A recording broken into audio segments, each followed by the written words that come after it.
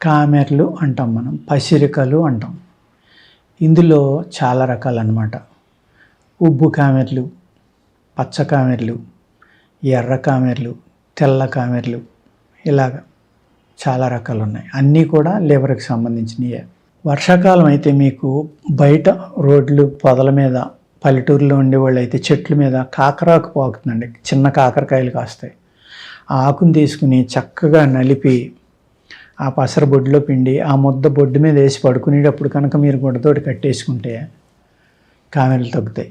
ఇంకొకటి మనం పుప్పింటాకు అంటాం, కుప్పింట అంటారు. అది అన్ని పల్లెటూరులోని, అన్ని దొడ్లోని, రోడ్డు పక్కన ఎక్కడ పడితే అక్కడ ఉంది. దీని 6 ఆకులు, ఒక 4 మిరియాలు తీసుకుని బాగా నూరుకుని ఉదయం సాయంత్రం తినండి. ఎక్కువగా ఉంటే 2 పూట్ల, ఒక మాదిరిగా ఉంటే 1 పూట. వారం 10 రోజుల్లో మీకు కామెర్లు తగ్గుతాయండి. లేదు, మనం కూర వండుకుని దొండకాయ ఉంది కదా, దొండ ఆకు యొక్క పసరు తీసుకోండి. ఆ దొండ ఆకు పసరుని ఒక 20 ml వరకు పరగడుపుని తాగండి. మజ్జిగలో కలుపుకొని తాగండి, కామెర్లు తగ్గుతాయి. ఆముదం చెట్లు ఉంటాయి కదండి, అన్ని పల్లెటూరులో ఎక్కడ పడితే అక్కడ ఉంటాయి. మెట్ట పొలాల్లో చాలా ఎక్కువ ఉంటాయి. అందులో 4 రంగులు ఉంటాయి, ఏ రంగైనా పర్లేదు.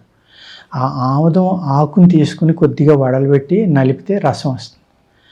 ఆ రసం ఒక 15 to 25 ml మీ బాడీ వెయిట్ని బట్టి, మీకున్న వ్యాధిని బట్టి మజ్జిగలో కలుపుకొని తాగండి, లేకపోతే పాలల్లో కలుపుకొని తాగండి. కామెర్లు చక్కగా కంట్రోల్ అయిపోతాయి.